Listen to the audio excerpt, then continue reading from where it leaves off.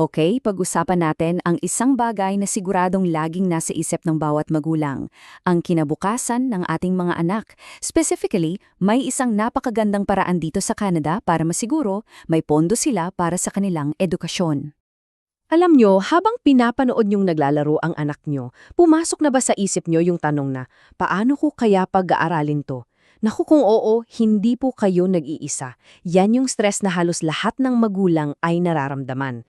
Kasi naman, parang ka nakatingin sa tuktok ng Mount Everest, di ba? Sobrang taas, nakakalula, at madaling isipin na nako, parang imposible atang maabot yan. Pero paano kung sabihin ko sa inyo na mayroong espesyal na climbing gear na gawa mismo para tulungan tayong akyatin yan? At yan na nga po yung RESP or Registered Education Savings Plan. Ito yung special gear na bigay ng gobyerno ng Canada para yung stress at takot natin mapalitan ng pakihamdam na kaya natin to, tayo ang may kontrol. So, baguhin natin yung tingin natin dito. Hindi lang ito simpleng pag-iipon. Isipin nyo, isa itong misyon. Ang misyon natin, ang bumuo ng isang financial launchpad para bigyan yung anak natin ng kalayaan na abutin yung mga pangarap nila nang hindi nalulunod sa utang. At dito na nagiging exciting yung usapan. Kasi alam nyo, ang RSP ay hindi po isang ordinaryong savings account. Merong itong dalawang pambihirang, sabihin na nating superpowers. Okay, unang superpower, tax-free growth. Isipin nyo, parang may isang magic bubble sa loob ng RESP.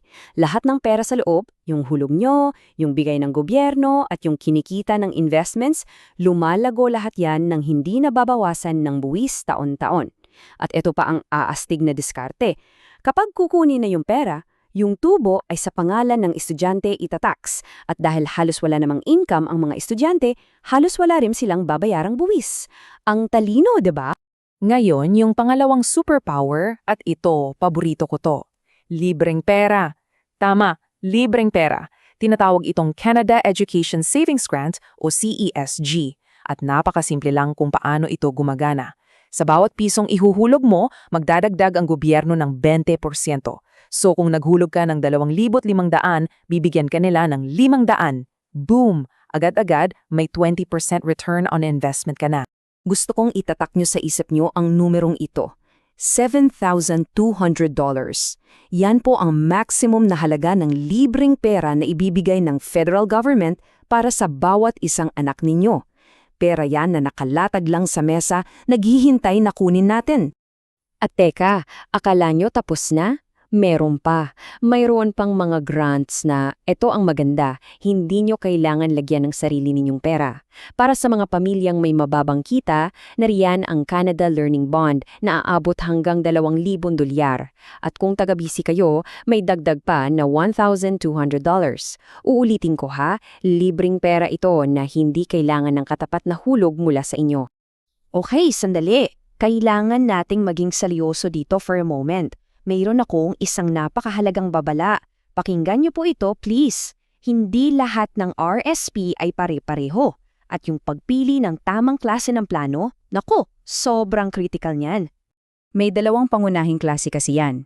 Yung una, yung individual o family plans, yung madalas mong makita sa mga bangko. Dito, parang ikaw yung driver, ikaw ang may control, flexible yung schedule.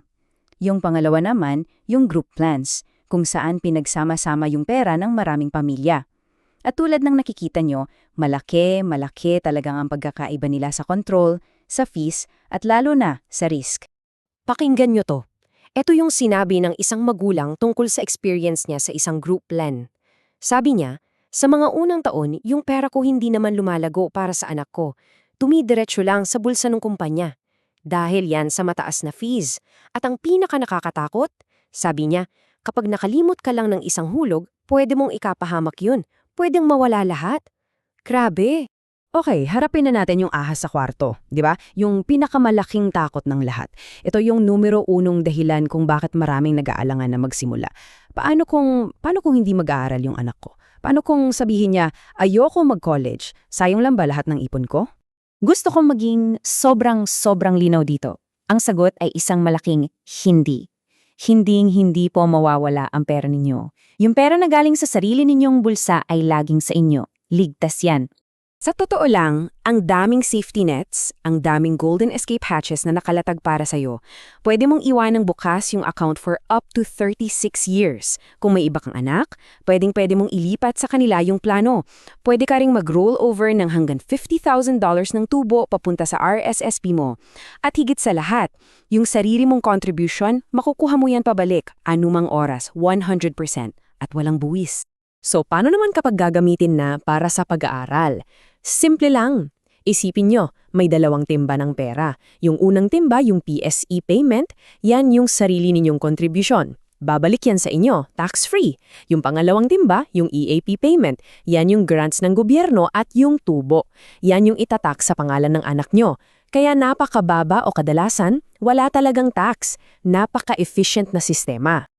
Kaya kapag pinagsama-sama mo lahat yan, yung libreng pera, yung tax-free growth, yung flexibility, yung mga safety net, malinaw na ang RSEP ay hindi lang basta-basta savings account. Isa itong napakalakas na tool para bigyan ng magandang simula ang ating mga anak.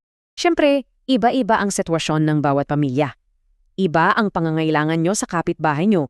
Kaya ang pinakamagandang susunod na hakbang talaga ay ang humingi ng personalized na payo para makabuo ng isang plano na saktong-sakto para sa inyo. At kung naghahanap kayo ng gagabay sa inyo, ng isang espesyalista na mapagkakatiwalaan, nariyan si Mansour ng Moneris Financial. Matutulungan niya kayong intindihin lahat to at iset up yung tamang-tamang plano para sa pamilya ninyo.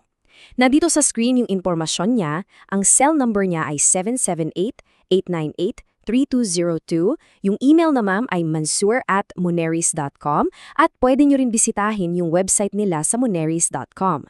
Kaya ayun, ang tanong na lang ngayon para sa'yo ay, handa ka na bang simulan ang paggawa ng launchpad para sa mga pangarap ng anak mo?